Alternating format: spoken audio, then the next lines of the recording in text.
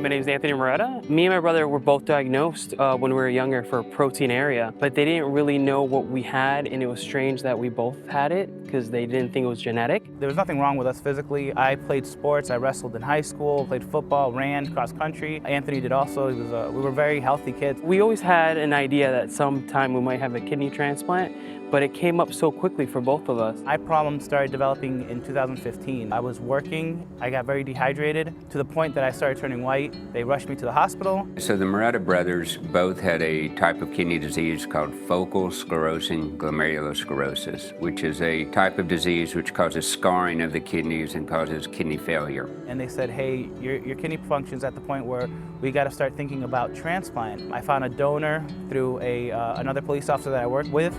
For me to find somebody so quickly was incredible. I met Dr. George, who's my nephrologist now. 3 months later, I had my operation set. It was incredible. When he got a living donor, it was almost a year exactly when I had complete kidney failure. I immediately got a port so I can get dialysis. So my brother called me and he told me that I need to go to Largo to see the doctors and see if they could do a transplant. It took about a year to find a living donor. A living donor can be someone who's just in general good health. They don't have to be blood related, they just have to be blood type compatible. There were so many people testing that I almost lost hope for a second because no one was a match. Largo called me and was like, hey, he's a match, he's perfect, we're gonna set up your surgery date. It was from my wife's good friend she used to work with. My living donor arrived there at the same time and we were able to see each other before our surgeries. The nurses were amazing. The aftercare, the TICU might be the best